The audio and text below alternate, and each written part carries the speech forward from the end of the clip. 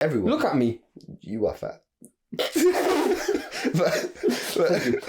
it's more about the close friends, right? We only say it to them. So, hello everyone, and welcome to Let's Talk show again. Again. With myself. And myself. And Martin. Martin. All right, let's get going. So it's Szymon and Marcin. Yes. Anyways. So episode number 3. How are you feeling? I'm good, man. I'm good. It's been a long time. Yeah, I know. It's been a long time. It's my fault, but it's been a long time.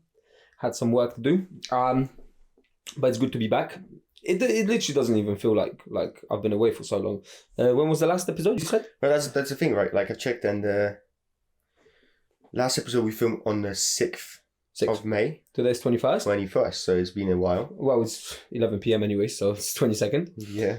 So it's 15 days, so over 2 weeks. But work, I mean, you had a couple of things to do yourself, but I was away. I was in London. Yeah, let me know, because you were like... You were away for 2 weeks? Week and a half, yeah. Week and a half, yeah. So you were away, quite disconnected from the project. Mm-hmm. Because you had to, of course. Yeah. Unfortunately. But it was good, you know. Yeah. I tell you, obviously, your nature of your job doesn't really make you travel distances. No. But I'll tell you what. We're in Southampton. It's quite of a big place as well. You know, there's docks, so it's a port city. So it is quite busy as well. However, being around London is absolutely terrible.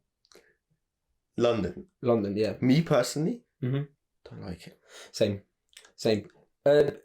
First thing I said to people in London, because people ask me, "Oh, how are you finding it?" You know, yeah. I was in South London, so you know we're not talking Buckingham Palace, Central London. I'm not saying that I've worked outside Big Ben or London Eye. But my first view on London. It's a capital city of United Kingdom. I reckon everywhere, well, we know England, yeah, but I reckon everywhere around the world people know about London. Yeah. I think it is quite of a famous place. And what it portrays is disgusting. Yeah, I'm sorry. I'm just trying to be as honest as possible, you know.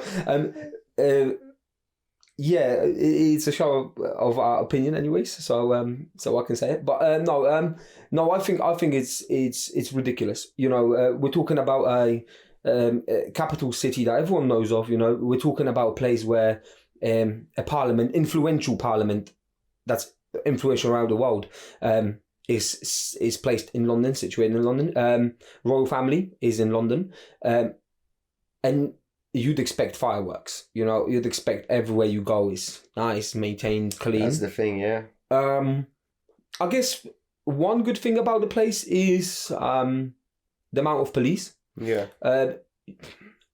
But on the other hand, there's so much police out there, yet you don't really feel safer. No. Well, the thing with London, it's a city of opportunities, right? For many. But what I don't like about London is how it has both extremes of people. So you have rich people, very successful individuals, and you also have a lot of poverty, right? And walking through London, you go through one street where it's nice and pretty, and then all of a sudden you enter an area which is not nice and pretty, right? And that's what I don't like about London. And another thing is I just don't like looking at people because everyone seems to be living that super corporate life, and no one really seems to be truly happy. No, everyone's stressed. Everyone is sad. I'm not going to use the word depressed because I think this is it's too tough of a word to describe it, because it's about individuals. But what you can see is pure sadness. It's miserable. One major also add-on to obviously London is the British weather, which doesn't help when you get the grumpy weather. Exactly. Greatness. Everyone is literally sad. Everyone's sad and unhappy. I can put them both as two separate things, because everyone is like physically and mentally sad. but they're visually just unhappy, like with the standards of life. The cost of living is absolutely ridiculous. Oh, definitely, yeah. Minimum wage, you get paid the same in London with usually in the jobs you get 20p extra an hour for London allowance. But it's borderline the same minimum wage as in Manchester, where rent is probably half of it than in London, So Yeah. I would never, ever be able to live in London. For me, London is just I just wouldn't be able to associate with their sadness and like how do people get motivation there? Yeah, I get it. One thing about London is very diverse. A lot of cultures. You can talk about negatives of it, but let's just focus on the positives of like people going to school together. You learn different cultures. You kind of bond together. People that came here as obviously migrants that were like 30 years old seeking for the job, they might find it struggling to fit in. But people that already out of migrant families, just like for example us, that we come here, we in schools, we bond with those people. It brings a nice little communities together, and sharing your own experiences of your home cultures and like religions. Yeah. It does add a lot of value, but everyone is sad. Everything is expensive. Nobody really wants to be there. That's what I mean. That's what I'm saying. It's a sea of opportunities because there's a lot of things going on. You can do really well in London. London is very accepting of different cultures, as you said, but it's not a paradise. No, it's dirty. It's not a paradise that people think. We've been to Krakow, yeah. Yeah. Pretty. It's beautiful. And I'm not being biased because it's Poland. Because if you asked me 15 years ago when I first came to England, I'll be like, yeah, Poland's a shithole. Yeah. Now you go to these major cities and when we were in the main town square, right? Yeah. I think this was the first time ever in my life I was smoking a cigarette, and usually I'll just be like, boop, boop, and dash it. You're stunned, right? Yeah, I can't put it on the floor because there's no other cigarette butts, I'll just look at it and be like, do you know what? I might as well get a bin. You don't want to litter there because everything's the nice. place respects itself. Mm-hmm.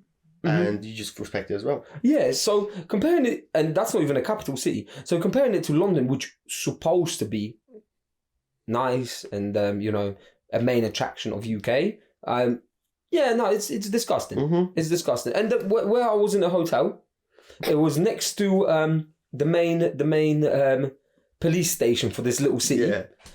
At night, there was one period where literally for like an hour, Oh yeah, well, 1 minute pause. London is the city of crime. Yeah, but it's crazy though because London's also a city of surveillance. Like the CCTV cameras at every single corner. Mm-hmm. Do you know what I mean? Like, I don't understand. No.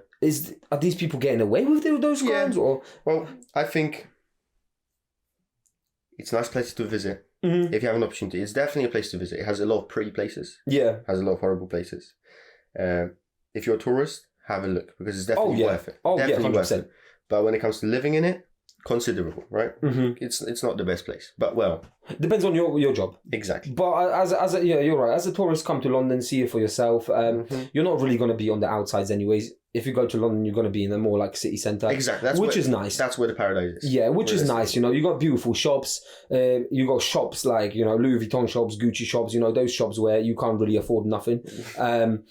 You got Buckingham Palace, London Eye. I'm scared of London Eye anyway, so not for me. But you got Big Ben, stuff like that. So it's worth seeing. Yeah. But if you live there, it's not paradise.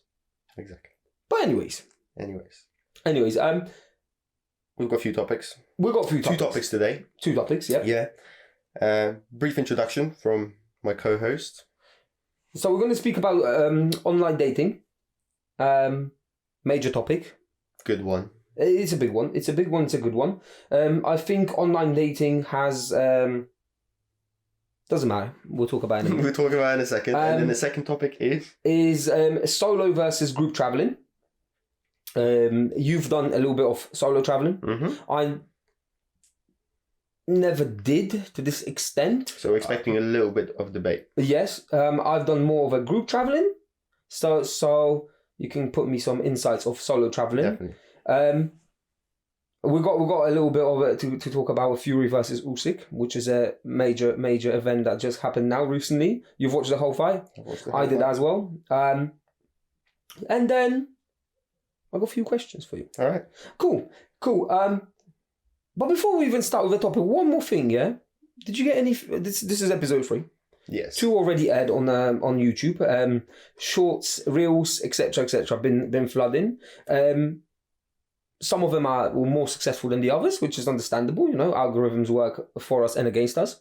How do you feel? How do you feel after the 2 episodes? I love it, man. And how does people interact with you about them? Yeah, so I love it. I love the entire process. Like, even though we're not getting the views we want, but the process, we're trying to make it better from video to video. Sorry to cut you though. I think we do make good views for where we are. It's second debatable, episode. right? It's second episode. We're not Mr. Beast, Of course not. We're better, but we do get views okay, we do okay, right? Yeah, I reckon we do good. But, yeah, I think I'm happy with it. I'm enjoying the process. I think it's cool because we're expressing ourselves, as we said before. But yeah, a lot of our viewers, friends and family, and the interesting thing is, some people are not convinced that we are fully ourselves on the camera. Yeah, I've heard that. I've heard it from few people. I've heard that right? as well. And it's interesting because I have to explain that you and me on a camera, it's 100% of what we usually are. Yeah. The difference is most people have not experienced that side of us. And we mentioned that before, where we began, I think it was episode number 1 or whatever it was, where we mentioned that it's going to be interesting to see people, to show people how we are from a different side, right? Yeah. And I think, that's interesting. Well, people are not saying it's a negative thing. People say, we just look different, right? Like, not what they're used to. I think what you've got to put in consideration is, if you're, for example, a class clown, who are you after school?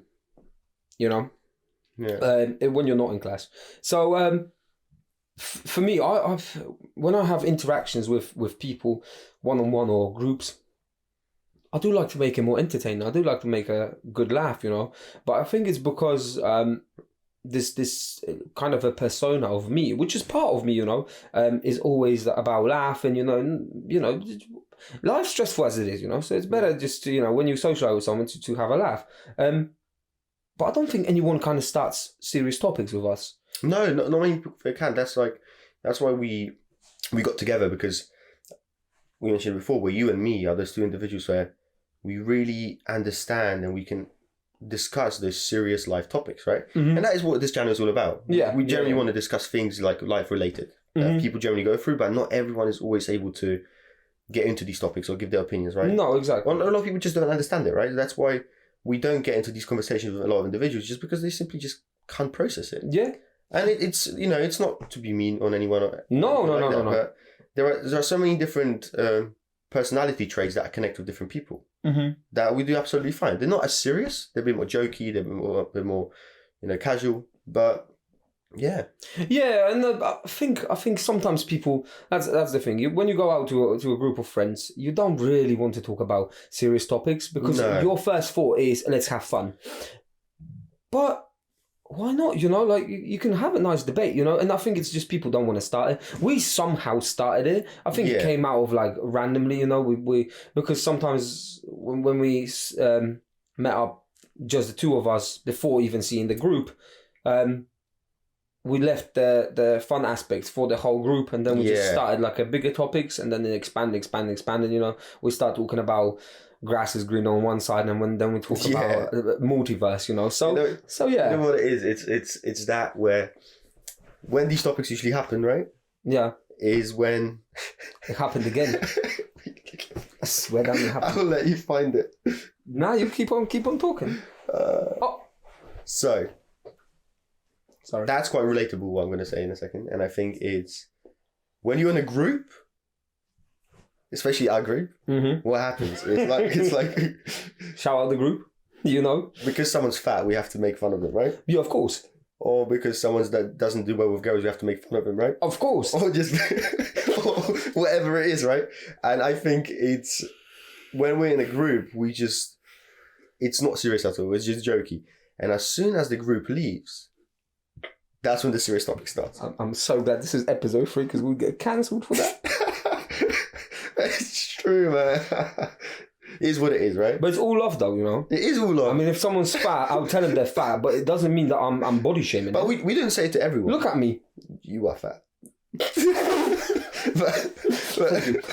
it's more about the close friends, right? We only say it to them, so we all know it's jokes. We know our barriers, we know our limits, and we know what can be said and can't get said. I'm on the cardio tomorrow. No, but that's right. That's right. Exactly. Yeah. All right, cool. The fight. Yeah. Cool. Have you briefly watched it? No, I've watched the whole thing. Whole thing. Alright. What did you think?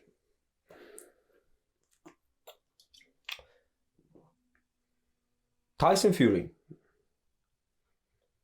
is an idiot. I'll tell you exactly why. It's been 24 years since there was a undefeated heavyweight champion. Mm-hmm. Massive event. Saudi Arabia. Big names in the ring. Many. And a lot of big names just watching them. Definitely. The whole world is tuned in. I mean, the whole world of the fans, and even some people that are not fans, but they'll just watch it for the event. Yeah.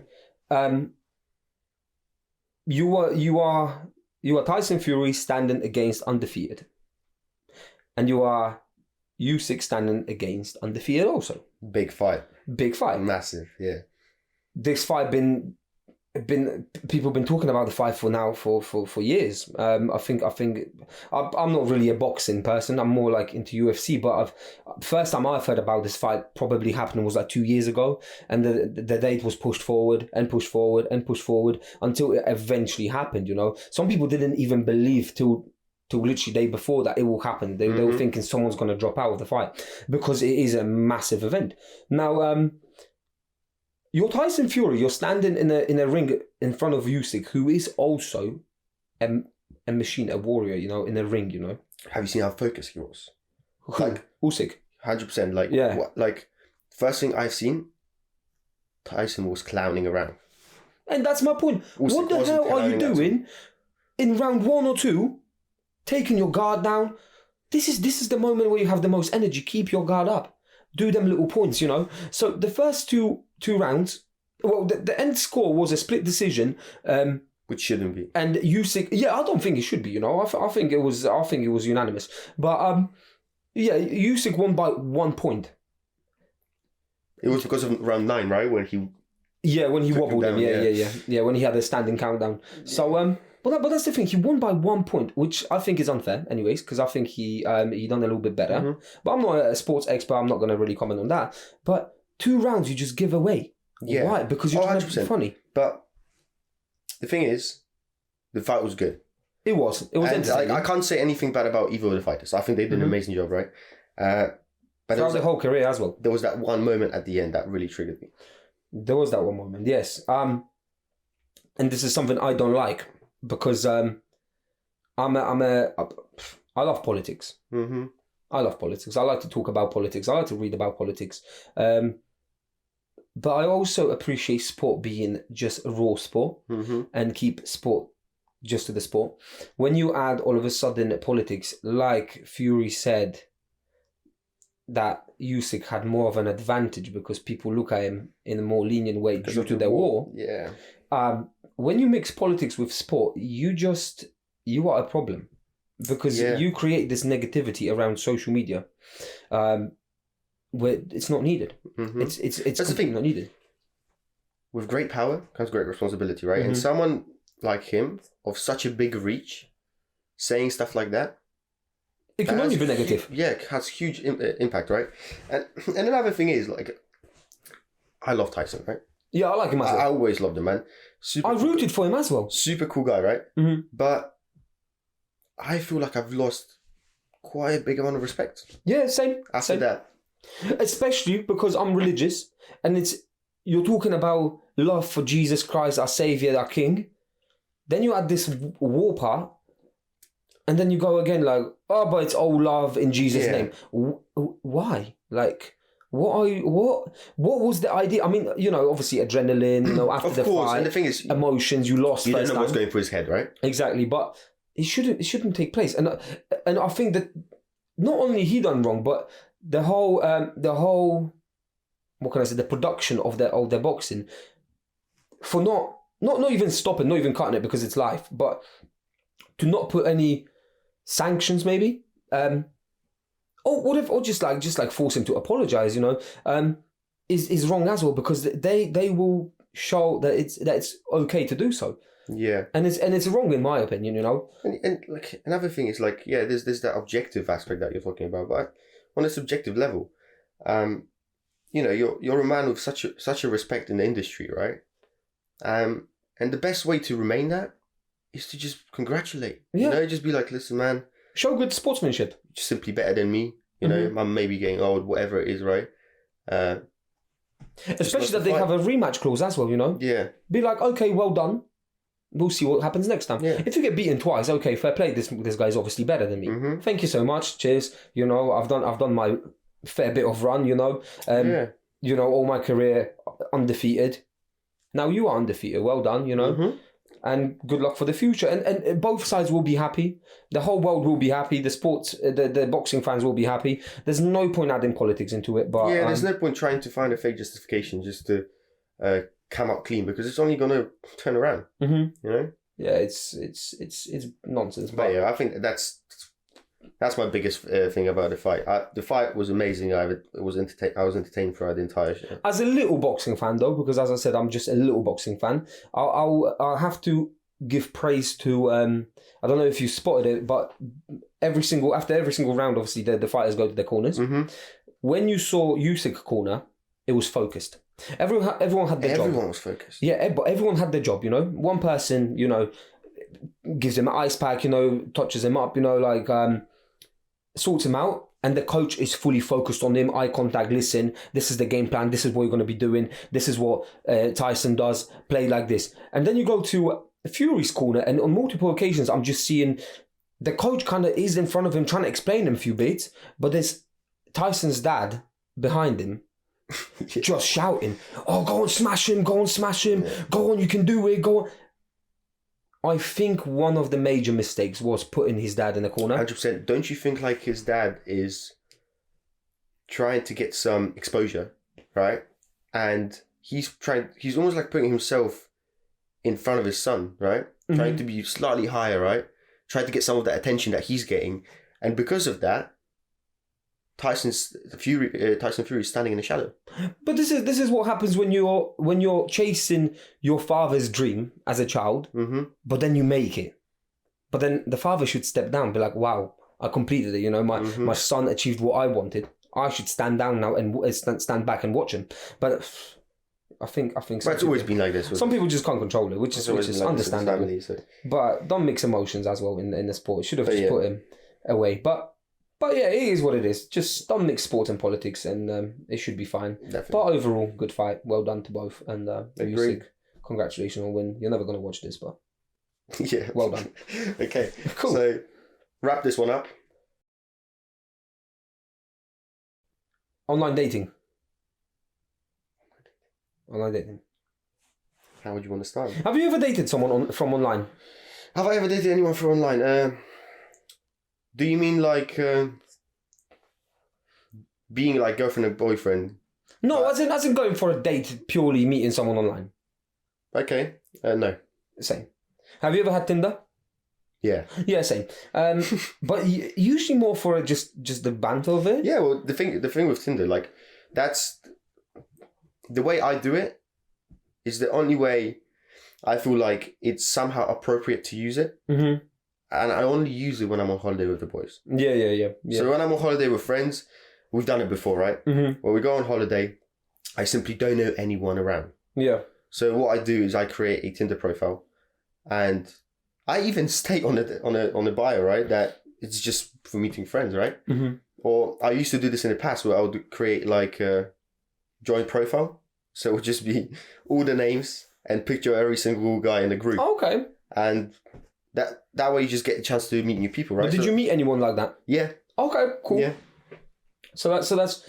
And it works, right? Mm-hmm. But it's slightly different because you're not really going on a date. You just kind of hang out with a different group of people. Yeah, so it's just to create, rather than being a dating app, you create it to socialize. Excuse me. You create it to socialize, which is I think it's a nice way of using the app for an advantage, you know. So I like it. I like that. I've only used it as literally as a banter, you know. I remember we were sat down with the boys in Cosmo. We were eating. Yeah. And then someone said, "Oh yeah, might as well just do a Tinder profile." And we all did the Tinder profile, and we literally sat there, swipe, everything, swipe, just for the bands, and then we never hopped on it again. But actually, look, I've got. I want to say something, right? Don't you think like when you first create a Tinder profile, right? Mm-hmm. You start off with like being picky. You know, you pay attention. Oh, yeah. You pay attention. You're like, oh, she's pretty. Oh, she's not. And then, like, you pay attention, and then you get to the point where the swiping comes faster and faster. Mm-hmm. And it almost like not only give you some self-confidence because of course people match you back, right? But you just stop caring. Yeah. You know, you just swipe through so many different people, and I think that has such a big effect on your like confidence in general, right? Because then you feel overconfident. Yeah, you can say that. Yeah, I agree. And you get very like the attention span to it decreases drastically as well. Yeah, and you just go full ballistic. You know, some people just buy a premium account just to swipe even more. You know, I remember there was a time, right? This is like when I created the profile, and you took control. Oh yeah, everything is swipe right. Everything is swipe right, but because it's not my face on it. But first of all, not your face, but the chat. You were saying some random stuff. Oh yeah. And on that because it's not my face on it. But even if you had your own, right, you would just say some random stuff. But I'd probably control myself a little bit more. But it brings us to the topic of you can't really show your true self through a text message. No, and that's one. And also Tinder is literally made. I mean, of course they advertise as a dating app. They advertise as it's an app. I think it's Tinder or some other app, but it was like a little slogan that it's an app that's supposed to be deleted, you know, because you're going to find your match made in heaven, you know, your perfect match. The thing is, what I struggle with about online dating from apps like Tinder and all of the other ones is you're basically just looking for looks. It is your business card. I'm not going to lie. Your looks is your business card. It is the first thing that will attract someone. But everyone that's in a long, stable relationship will tell you that looks is not even important at the end, you know? No, looks, of course, like, first level of attraction comes from looks. Yeah. Then it follows with all the other stuff, right? Personalities and all the other stuff. But with dating apps, it's faked from the start. Yeah. People like you have zero chance on Tinder because you're so dead on text. You're so dry. So yeah, you're pretty. Yeah. You're handsome, pretty, handsome, whatever. You're good. Thank you. You're welcome. You're good looking. So girls will be like, super. But then they message you, you're dead. You're dead. You can't make a conversation with you over text. True. You can sit here in front of a camera. Yeah. And talk for an hour. Yeah. And then you pick up that phone. Someone be like, what do you think about life? It's life. Yeah, because I don't like talking through text, and we all know that, right? Yeah, we know that. So there is no way of actually seeing someone's true personality. No, that's true. But then another thing is, if I wanted to, I could fake it so easily. Exactly, and we spoke about it. I could fake it so easily. Well, I could engage in the conversation. I can promise stuff that I would never do, right? And when you meet with the person for the first time, you don't even have to be. You can just be yourself. You don't have to be any different because they will feel like, oh, you're a little bit shy, so you're not quite opening up. You're not quite the same as you were through the text. So it'll still give you a chance, but you're faking it from the beginning, you know? Mm-hmm. And it's just, it's not going to go anywhere. We said that this links to the previous topic we had in episode 2 about arguments over text in relationship. Mm-hmm. It's the same here. You portray yourself as the best person. Yeah. And then you go out for a coffee and you literally can't talk with another person. Yeah, because that's what you do through text, right? Like, how many times have you done this where you write a message and you think like it's appropriate to as a reply, and then you realize, oh, you know what, I'm going to change it a little bit, and I'm going to change it a little bit. You draft up like 10 messages before you send one. Yeah. There's too much thought goes into it. Exactly, and you know, we call the topic online dating, and obviously Tinder is an app that is constructed to be a dating app. But at least with Tinder, the end goal is to meet up. Yeah, but nowadays the end goal of Tinder is not to meet up; it's to have a one night stand. Of course, it's to hook up. There's no date involved. You know, the date is to be the app is not supposed to be deleted, but that girl or that guy is supposed to be deleted after. So I personally disagree with these apps. If you're young and you want to use it for a bit of a banter, you know, swipe, compete with your boys to see who's going to get more. It's more not likes. authentic, right? No, yeah, but I think if you're, if someone's into a casual sex, for example, then just go out clubbing or something, or just go to a pub. Meet up people, yeah? Yeah, meet people, see them, you know, you might like their personality, their looks, whatever it is, and just do your thing. But through online, there's been, whilst researching the topic, I found that just not long ago, I think today or yesterday, a notorious paedophile has been caught using dating apps because he was looking for casual sex. And, you know, I doubt he put his own picture. Because it's not verified properly. No, and you'll never be able to verify it. Because you can literally use your cousin, let's say, right? Your cousin, you might be 60 years old, right? Paedophile, and then you have a cousin that's 20 years old. You take his ID, you can take a picture. It's internet. It's so easy to fake anything. Definitely. And it puts so many people in danger. So it just becomes a very dangerous place. I think social media overall is a dangerous place. If not used correctly. Face, right? Yeah, it's all behind the screen, and people just know they don't really know who they're talking to. They know who that person is, what their intentions are. Nothing. You know, at least when you meet someone in person, there is a thing where if you look at someone, you can generally sort of tell if that person is decent or not. Do you know last time we had Tinder? Did it ask for your age? Yeah. Did you have to verify your age though? I can't remember verifying my account. I'm pretty sure I've just created an account. Because that's my point. What if obviously kids, you know, it's there on the phone. That's what the thing is. They can just fake their age. I had friends when I was younger that would have Tinder accounts. They were like 16, 15, and they would put that they're 18. And you know what happens then? They meet up with those guys, do whatever they want to do, and the guy just gets in trouble. You know? So it's you have two aspects of the pedophilia, right? You have the older guys creating accounts of younger kids and just trying to mess around. But then you also have youngers trying to pretend that they're older and screw up with other people. And then become victims at the end of the day.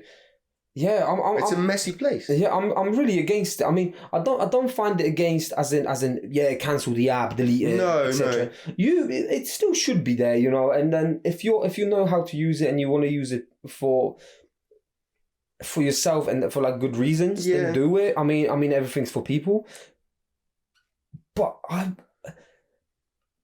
the old school way of a relationship. Old school way is the best way. Yeah, and the old school way of a relationship is literally like, you know, you meet the person, you like them, you like the personality.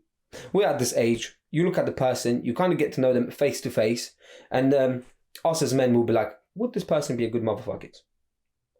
First question. And then we're like, yes. Go for it. And then we're going for it. I'm very, very sorry to anyone. My apologies. I could never have a wife from Tinder. Because those chances of... Yeah, I don't never say never. But never. Because the chance of...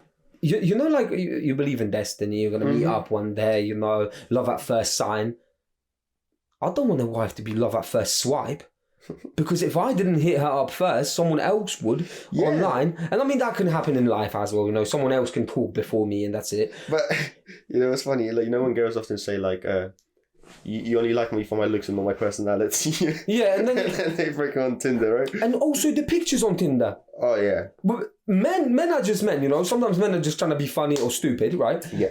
But usually, I get to know the girls behind... than her face. Do you know what I mean? I'm like, rah, the back is okay, but I don't even know the face. And then you see her in real life, you're like, rah.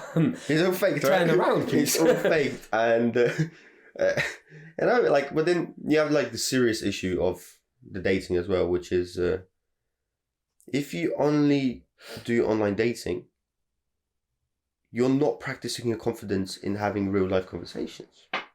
You know, so you might be the most chatty person over text. You know, you might have the best profile. You put a lot of effort into it. You know, you like everything's well edited, well structured. You know, you look generally like a well put together person, and then you meet that person and you can't talk.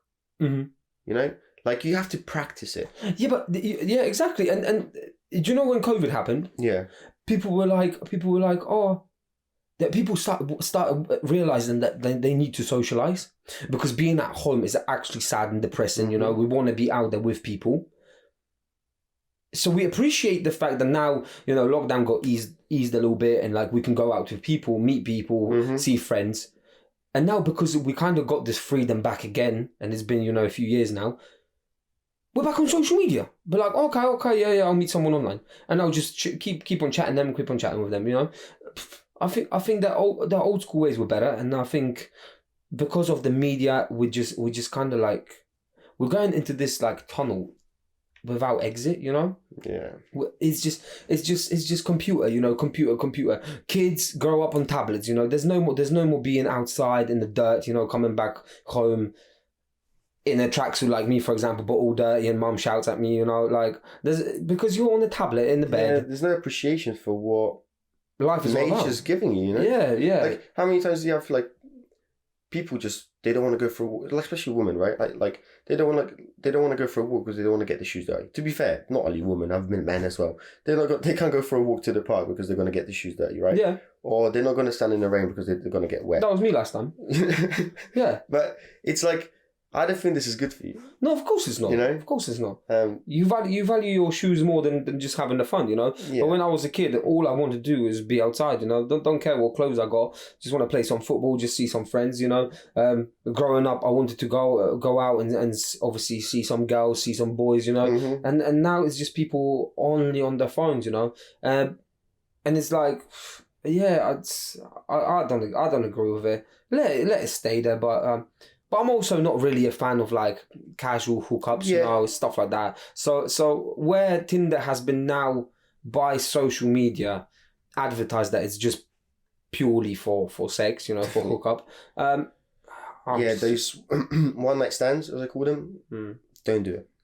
Yeah, no. It's just not good for you in general, for personal development, for the mental health, for everything else. Just don't do it. And dating apps, that's the main selling point. You got BBC on the channel. Why would you get STD from social media? Do you know what I mean? Don't do one night stands. And if you practice it, have a protected sex. But just find yourself someone in real life. Get to know them rather than online, you know. And also, if this is your missus, why is she showing off all her assets, on the internet? That's another thing. That's a different topic. Yeah, I don't even want to talk about that. Disgusting. Yeah, that's not me. But anyways. All right, wrap this topic up. We're wrapping this topic up. We disagree with online dating, and that's simply it. Solo versus group traveling. Okay. I like this topic. Because you've done some solo traveling. Yeah. And I've done some group traveling. Mm-hmm. And just by the sake of it, I agree more with group traveling. But I see more benefits in solo. Yeah. Go on. Talk me through solo traveling. Like as in, how do you feel when you go solo? Yeah, I went solo traveling, as you know. It's a big reason for it. Mm-hmm. I always felt like I have to do it. I feel like I need to do it for some sort of reason to get better, right? I just felt like I'm missing it. I felt like I'm missing out on something. So I booked a flight, went by myself. And to be fair, it was truly one of the best experiences. Okay. Because you go into the unknown, right? You go somewhere, you don't know anyone, you don't know the language, nothing. And it allows you to understand that you can do anything. You know? Once you do it once, you realize that anything can be solved, any problems, because when you go by yourself, there's so many problems that come on the way, right? Mm-hmm. And there's no one around to help you. No, you have to have. You have to do it yourself, right? You have Mm-hmm. to figure out where you're going. You have to figure out how you're going to order something. You're going to have to figure out how you're going to go shopping, especially in a different country. And I remember when I came back, I was like, I can do anything I want that is alone, anywhere, anytime. Yeah. And since then, you can probably agree on that one with me. I do a lot of things myself now. You do, myself. Yeah. I will go for a trip by myself. Recently, when it was the nice weather, I wanted a nap. So I went to the park and I just had a nap in the park. Yeah, I saw it. You posted on Snapchat. Yeah. I thought you were taking a piss. And because I feel, I feel like a lot of people have these thoughts where like, oh, I wish I could do this or I wish I could do that. But because it involves them being alone, they don't do it. Because you're a nitty.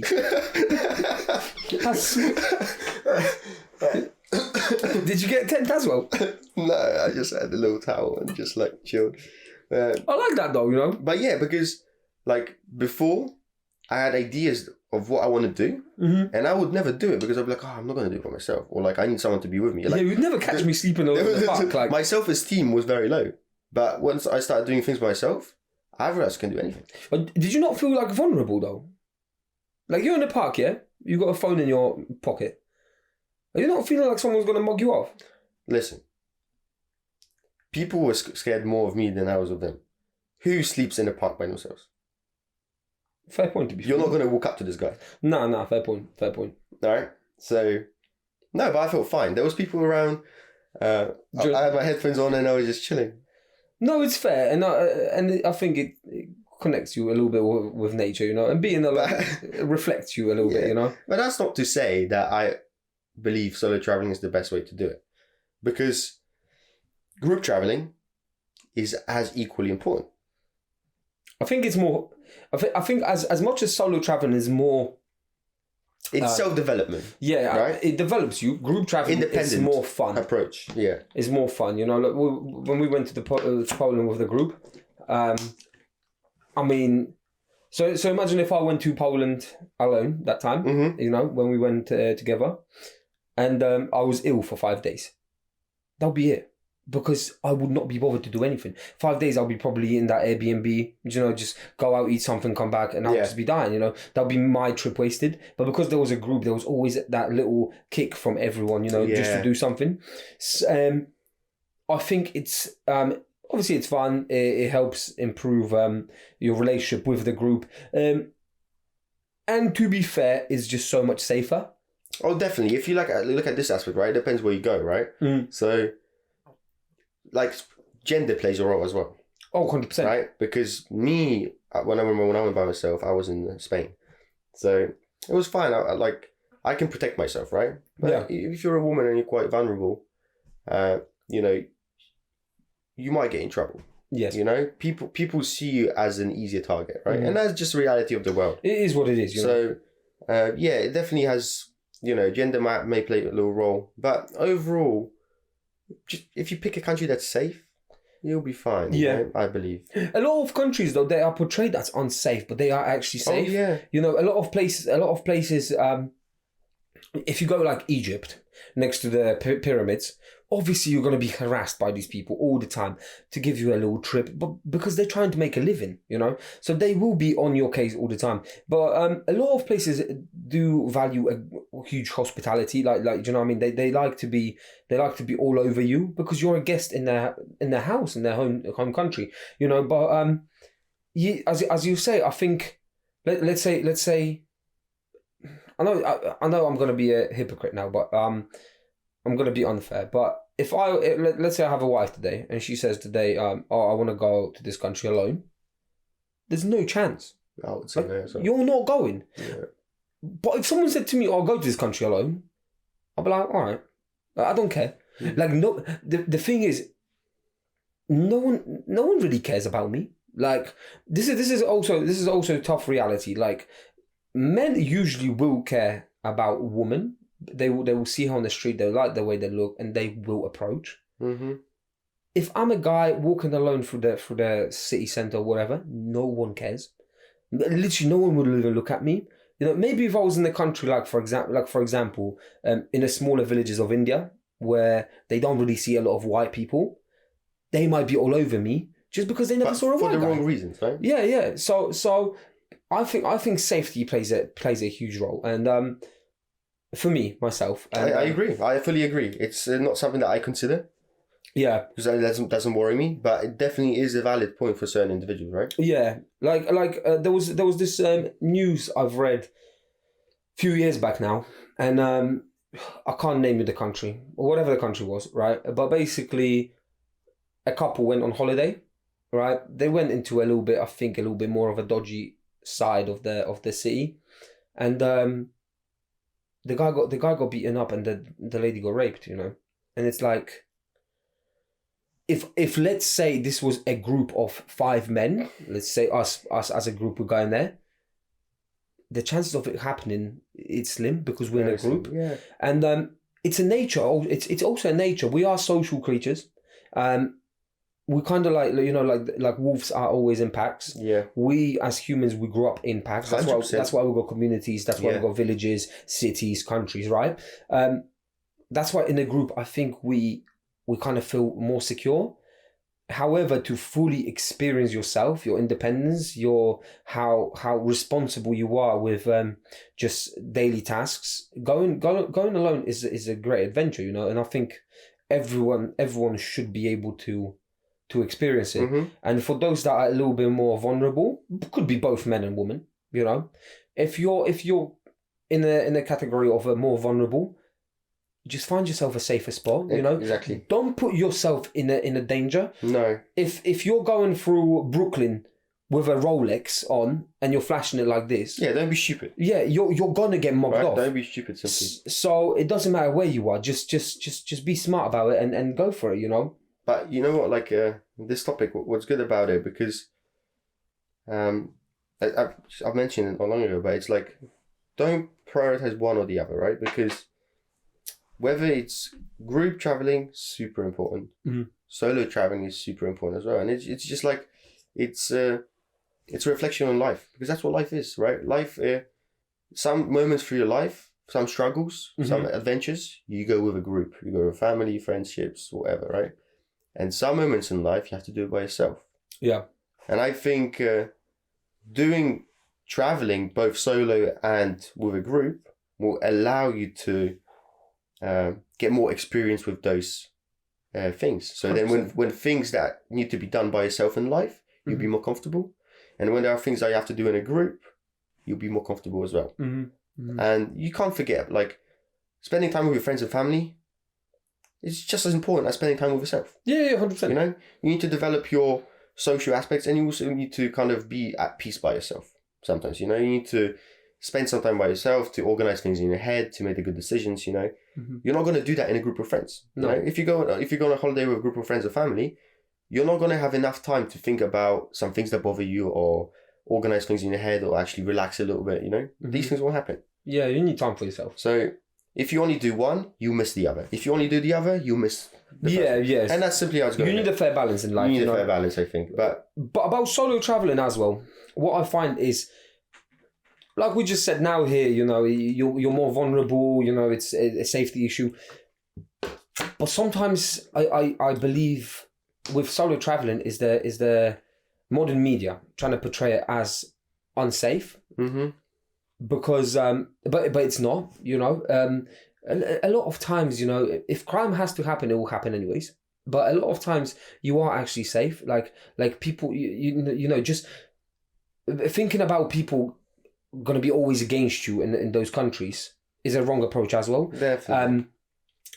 But the reason why solo traveling is always kind of shunned upon is because it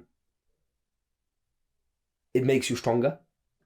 And media loves to portray weakness. Definitely. You know, at the end of the day, the more strong you are as an individual, the more disciplined you are, the more you develop as a person, the more successful you become. Mm-hmm. And the world, we know, there can only be a handful of successful people. You know, so media will always try to stop your growth as much as possible. Because weakness is what nowadays is you know is what's kind of put into you the most. Oh, Weakness is what media promotes. Yeah, but like by hiding it as well, they won't say, "Oh, be weak," but they want you to be weak. I really like what you just started, right? Because you mentioned media, but as you were saying, the entire principle of what you were saying, friends. Mm. Like, if you don't have the right people around you, right? And if you share with them that you want to go solo traveling, they'll be the first ones to give you a list of reasons not to go. Because they deep down know that you're doing something that you always wanted to do. Yeah. Because 100%. everyone always wants to do things by themselves, but everyone is always scared. So if you're the brave one that steps out and be like, oh, I want to go to a different country, that's a big step. Mm-hmm. If you want to go to a different country by yourself and people hear about that, they'll try to put you down. Yeah.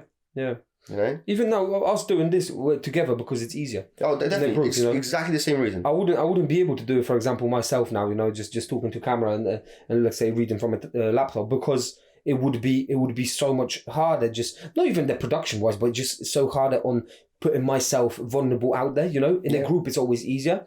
So you need to build the strength within you, and people will always be jealous of your strengths, because everyone wants to be strong, but not everyone's got the courage. Not everyone wants to take the actions, right? Everyone knows what needs to be done, but they're just scared of doing it. Mm-hmm. So, I think people should just do both, as you say. Do both. Have a balance. See what fits you. But do both. But just need to remember that one is easy to do and one isn't. Mm-hmm. Group traveling, easy. Beneficial for sure. How easy is it to do? Not too difficult unless you have no friends. Yeah. So, but then you can download Tinder. Well, you can download Tinder. Yeah. Don't do it. Don't do it because then you're definitely gonna get killed. Yeah, you're in a strange place with strangers, and it doesn't bring you no benefits. Well, let's do it. Find out what's gonna happen. Go on Tinder date in a different country. I mean, if you don't take a risk, you're not gonna learn anyways, right? You have to, yeah. So taking risk in life is also important. And it's easy to talk about danger, but also the likelihood of that danger is not as high as people think. Mm-hmm. Because what social media does, or media in general does, right? They put up the most extreme stories out to people, which scares them. Oh, yeah. But that's what are the chances of it happening? Like, how often on the telly, I've seen it multiple times now, that planes crashing. Yeah. How often do planes crash? Not much.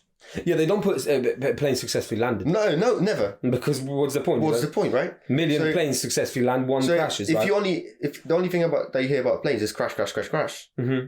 you're gonna think your plane's gonna crash, right? And people are scared of flying.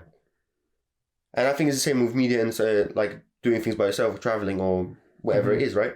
Where they show those situations where people get in trouble, and they never talk about people going solo traveling and achieving some sort of success out of it. Because they don't want people to know that there's a benefit to it. Yeah. Yeah, but that's why solo traveling will usually show you the places that media portrays in negative light. Will kind of show you its true colours. It might be negative experience, but then it's fine. You can stay in your hotel or whatever, If you don't enjoy it, if you feel scared, if you're intimidated by the new scenery, you don't have to go out there and put yourself in danger for the sake of being there. Of course. You can always take a step back. At least you tried, But in most cases, you will see there's this channel, you're probably aware of it, Yes Theory. Yeah, I love it. They do. I love them as well. They're great guys. Collab. But they do things that are outside of comfort zone. But they're always the things that they always subconsciously wanted to do. Yeah, the motto is seek discomfort. Because they want to do those things that people are scared of. So they will go to these places which have a bad name, for example, and they will do those things that people wouldn't even dream about. Yeah. Because they do it in a group. Okay, well done. But sometimes they have certain tasks they do solo. But they take on a lot of people that do things by themselves. So sometimes they take people that never done anything. They take them with them, and there's so much respect because that person just went with a group of strangers. Yeah, exactly. To a random location, and that's all it's about. And that's double trouble, But another thing I wanted to add about dangerous places. A lot of those dangerous places are not actually dangerous. It's just they say about dangerous because there might be a little bit of crime, and there might be a little bit of conflict between the civilians and the entire police systems, right? But the thing is, people have morals. Yeah. And a lot of those places where I watched some videos on YouTube in the past where people would go into like Brazil or like Mexico, right? And they would meet up with like a lot of the criminals, and they're just good people. Just because they disagree with what the government has to say, it doesn't mean they're necessarily bad people, you know? Yeah. And often if you're a solo traveller, these people will be there to help you. Yeah. You know? Yeah. They don't have an issue with you, they have an issue with the government. Exactly. And they have generally good morals, so that, you know, that's not everywhere, of course. Yeah. I can't say that every criminal is nice. No. But that it is true, right? And we know that from Poland, because in Poland you have a lot of these people where they don't like police and police doesn't like them, right? Yeah, 100%. But they will always help kids. They will always help women, right? Oh, yeah. They will, you know... You kind of grow all with the these morals are there. Yeah. And just because they don't like police doesn't mean they it's a big part of the culture. Yeah, they're not looking for conflict with everyone and anybody, you know? It's just the principles they don't agree with the how the country can be run or certain laws. But they will always put, you know, even if I was in Poland, you know, I'm not saying I disagree with police so much or the government at the moment, but if I was in Poland now and someone needs help, or I don't know them, but I'll offer them help, you know, because I might understand the language more, you know, and it gives me sense of like pride as well, like, oh, thank you for, you know, like someone entrusted, good, you know? Yeah, exactly. Yeah. You want to help people. So I think solo traveling improves your, you know, you're free. Mm-hmm. Great freedom, you know, you're out there alone, you know, improves your self-confidence, safety, you know, issue, we spoke about it, but you know, it's a great experience, eye-opening experience. You should do it, but also don't neglect your group friends, you know. Sometimes you can go as a group and do certain things alone as well. Definitely, yeah. And which makes also kind of like you put both in one, you know, you get two in one. If you go on a 1 week holiday, you don't have to spend every single day with the group. Go and explore the city alone, you know, just to be alone for a minute, just to see if you can actually manage yourself, you know. I mean, you've done solo. I haven't done much solo yet, so I feel like somewhere in the near future I would like to do like a trip solo. Do it. You'll discover new self, you know, or maybe not new self, but you add something onto you, you know. The problem is I like to chat a lot, and if I go to a country where they don't talk my language, who the hell am I talking to? Oh, it's fun. Yeah, like communication is even better. You know, I'll just get drunk. It will be fine. Yeah, the communication is even better. But that's the thing. Just do it. Mm-hmm. Just see, discover, and you know, you'd be surprised by how many countries actually speak English. You know? All of them, to be fair. Yeah. All of them. Nowadays, it's all of them. We went Poland, and 15 years ago, so people barely knew English in Poland, you know. When I was in school, it was 1, 2, 3, 4, 5, sex, and everyone's laughing. Do you know what I mean? No one says six; it's sex, isn't it? But that's the thing. And now everyone literally talks English. You know, such a universal language that as soon as you know English, you're kind of fine. Which also, talking about traveling, this is a little bit. I don't like this move where, for example, just English speaking people as a native language, they go to places and they expect English. You're not that important. You're not that important. You know what I mean? Like, learn how to say thank you in another language. Yeah. Good morning. Do you know what I mean? It is a fact that if your English is good, you have the privilege of relatively safe traveling. Exactly. Right? Privileged people. If you're in a different country in Europe where the English isn't as good, and you go to a different country in Europe, there might be a little bit of conflict because not only you don't speak English, but you also don't speak their language, and it's just... Yeah, if you go like Belgium with Polish, they'll just look at you and be like, shut up, man. Do you know what I mean? But if you come with English, you're fine. So but just... Conclusion is... Do both. Experience. If your self-esteem is quite low, if you feel like you're not quite independent as you want to be, and if you ever thought like traveling by myself is something I would like to do, give it a go. Yep. Give it a go and see what you learn. And if you're scared for your safety, just choose something that's pretty calm. You know, Spain, Portugal, a lot of tourists there anyways. Yeah. And you'll be just fine, you know. London.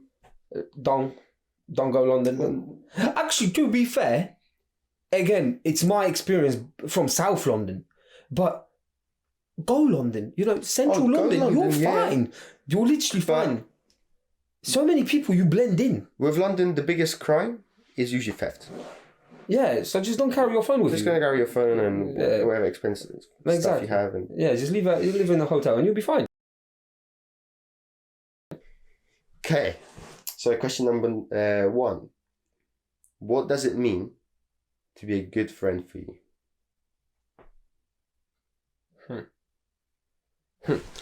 It's a good question. Good friend. It's a hard question. What does a friend need to have to be classified as a good I think to be a good friend for me, you gotta first and foremost, loyalty. I think if you're loyal as a friend, it already connects us on a level where I know I know you got my back, and you know I got yours. Yeah, that's number one. You know, I'd say number 2 is. Well, that links to loyalty, but for example, like protect your friend's name when they're not around you. You know, they don't because they don't have to know about it. You know, you don't have to go out and show off like, oh yeah, this guy said something about you, but don't worry, brother, I backed you. You know, just you can just be there. If someone's talk shit about a friend of yours, just either disconnect from that group because you don't want to hear that, or confront them, be like, but why are you saying it behind the back? You know, like so defend your friend. So loyalty, defend a friend. Push to improve yourself. I think if you're in a group of friends that doesn't push each other, it's not a group of friends. It's just waste of time. Agreed. When you have a group of friends that will constantly kind of like make sure they want to see you succeed and make sure they want to see you better, that's where you grow as a person, you grow as a group, and that makes good friendship. Respect. Obviously, looking at our friend group, for example, we have a lot of name calling and like this bullying thing and like all this bullshit. You can't even say good you can't even say good morning in a group chat because they'll be like, what the fuck did you just say good morning for? Do you know what I mean? But because of that, there is a great level of respect. I think everyone respects one another to a level where we don't want to lose ourselves no more. Especially with like in the past, there were certain arguments between just multiple people in the group. We know how it is to be kind of disconnected from one another, and I don't think as a 5 of us in our closest circle, we don't want it to go separate ways again. Obviously, everyone goes separate ways anyways because we develop as adults now, so we're going our own ways, but we're still tight. So loyalty, having each other's back, respect, obviously love. Love is important. You gotta love your friends, and you gotta show love, and gotta show support, and be there for them, and kind of be able to read the room as well. I feel like as soon as you're able to read your friend by from their actions, because sometimes I believe, especially as a man, you're facing few struggles and you don't realize that you should be talking about them. You kind of want to keep them to yourself because you think, oh, listen, I just have to man up and survive it. I think men should be more talkative about their emotions as well. Definitely, yeah. Be a man, obviously. Conquer your things. Create your action plan in your head. This is what I'm going to do from point A to Z, and that's how I'm going to overcome my difficulties. But if you're struggling, your friends should be there for you to support you and talk to me. Do you know what I mean? Like, I'd rather a friend call me at 1 a.m. I'm not going to pick up the first time, but I'm going to pick up the second time because then I'll know it's important. But I'd rather them call me at 1 a.m. and cry on the phone than them sat down alone and see no way out of issues. I agree. I might not be the best at giving advice as well. Maybe certain issues my friends might have, I won't be able to give advice on. But at least now it's 2 of us against the problem. Now it's 5 of us against the problem. You're never alone, And I link it strongly to, like, for example, old age Spartans, 300 men, and they would rather die for each other than see one die. You know what I mean? So be a group and support one another because it's just life, you know. Men has to stick together, right? Especially where the world tries to separate men so much nowadays. We need to be there for each other. So I think that's what good friends should be, you know. That's a good one. Yeah, I like it. Do you got anything like to add? Like anything else? I agree with every single bit that you said. One thing that I would add is probably don't be jealous towards your friends. Ooh. You know? Ooh. Don't be jealous. Big one. If you are, control it. Yeah. You know, because your friend's success is your success. 100%. 100%. And that's the only thing I would add. And I think the values you mentioned and that little value that I've just mentioned, I think they make a pretty good friend. I can say, for example, like a one little example. You know when Raf got his car first time? Yeah. And I remember when he pulled up outside my house. I didn't know where he went, do you know what I mean? Like, he messaged me in the morning like he's on a road trip or something. I said, oh, cool, you know? And then at like 7 p.m. or something, he messaged me and he was like, oh, come out. Are you home? I was like, yeah. Oh, come out. I'm like, whoa, man. I was in the bed just chilling, do you know what I mean? He's like, oh, just come out quick, come out. So I just went downstairs, you know, put my clothes on, went downstairs and I hopped out, yeah? And, you know, I seen my boy, you know, 21 years old, bloody Audi, lovely Audi. And I'm like, rah, if he's making it, we're all going to be making it. Do you know what I mean? Like, not once I felt jealous, you know? I'm 25, I ain't even got a driving license. But I looked at him with that car and I was like, rah, the group's getting stronger. Amazing, right? Do you know what I mean? I was so happy for him and also how happy he was. But that's what you said, the group is getting stronger. That's a really cool one because would you, like, at the end of the day, would you rather be successful by yourself or successful with the group? Yeah, it's crazy, you know? It's like if I have a Bugatti or all 5 of us have Bugattis, we're on a road trip, man. We're taking over flipping Germany highways, do you know what I mean? So yeah, 100%, that jealousy part, yeah. A big up Raf anyways, you know, that tracksuit here is from him, so he's a sponsor. Oh, and your trousers, yeah. Big up Raf, yeah, sponsor of our clothing today. Cool. All right, cool. My question sorted. I'll ask you a question then. I've got many. How many questions do we have time for? Just one. Rah. Okay. You have to pick. Yeah, don't worry about it. So, what is? So, what's the most petty deal breaker that will instantly turn you off of a potential love interest? Mm-hmm. It's a long ass question. Petty one, yeah. Not like a big one. So not like that's the thing. Not like cheating, for example, because that's cool. Or not like yeah, whatever. One night stands, whatever, body count. Yeah, petty. So I've got one. I'm not sure if it's petty or not. You can. I'll judge. Judge Martin, not mine. There's a few actually, but it's. I said one, and that was few. When the woman gone can only talk about herself. You know, when you're with her. And she just talks about herself. Yeah. Constantly. Yeah, shows no interest to you. And then you say something about yourself, and it's short answer, straight to her. Ooh. Yeah, it gets annoying. Yeah. Okay. But you said you've got a few. Okay, so that gets annoying. That's one point. Well, now I need to think about the other ones. No, but you said don't worry. This is opinion-based show, so it doesn't really matter. The level of okay, so going back to conversations. Is the topics they cover. You know, if a woman is all about the modern day issues, you know, my nails, my hair, my this, my that, you know, and then you can't talk about anything serious, right? Mm-hmm. How are you going to talk about the life of this person if she's crying over nails? Yeah. You know? Yeah, no, that's... There's if a woman swears excessively on aggression.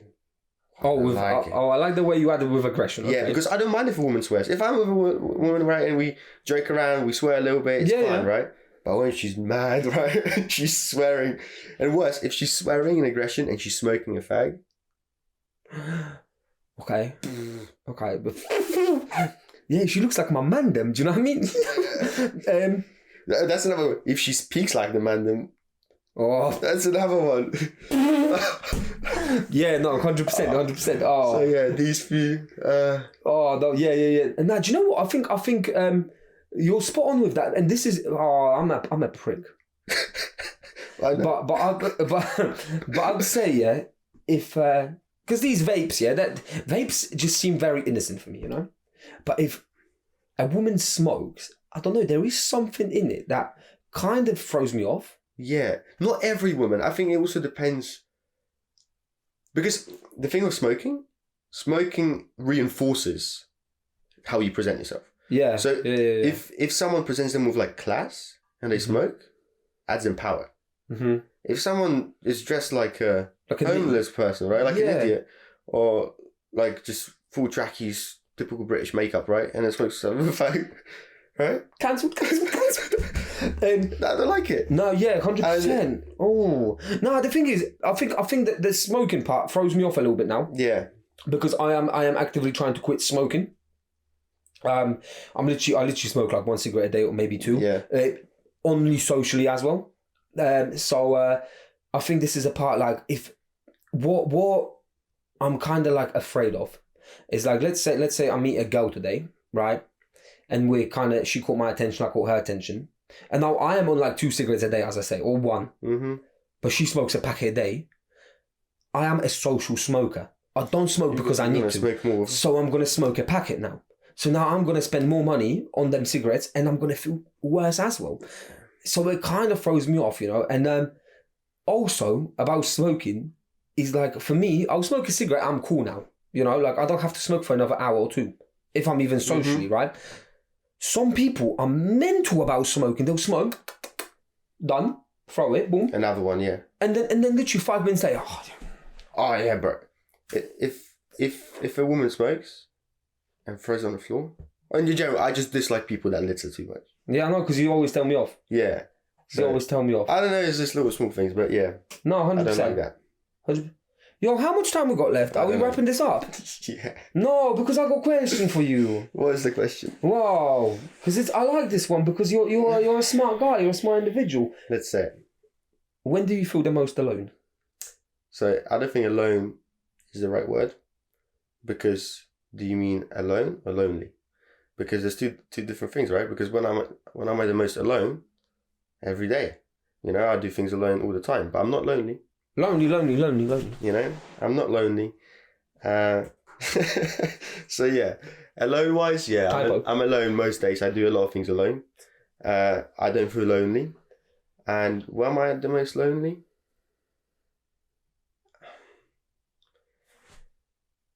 Where am I by myself, not doing anything productive, right? I feel the most lonely. Like that's why. But I deal with loneliness very easily, right? Because I have a lot of friends, right? A lot of good friends, and like for me to cure loneliness is very simple. I'll just message you. I'll message some other guys in a group chat, and we'll meet up, right? I've got lots of friends, but yeah, that's how I deal with the loneliness. But yeah, I only feel lonely realistically when I don't have anything productive to do and I'm by myself and I just feel like I'm wasting time. Mm-hmm. And yeah, but of course you have the 2 types of loneliness, right? Yeah. You have the relationship one and the friendship one. But I think because I love my friends so much, I actually get... You're in relationship with the mandem? Yeah. Okay. I get so much joy and love from them that... Yeah. I think what makes...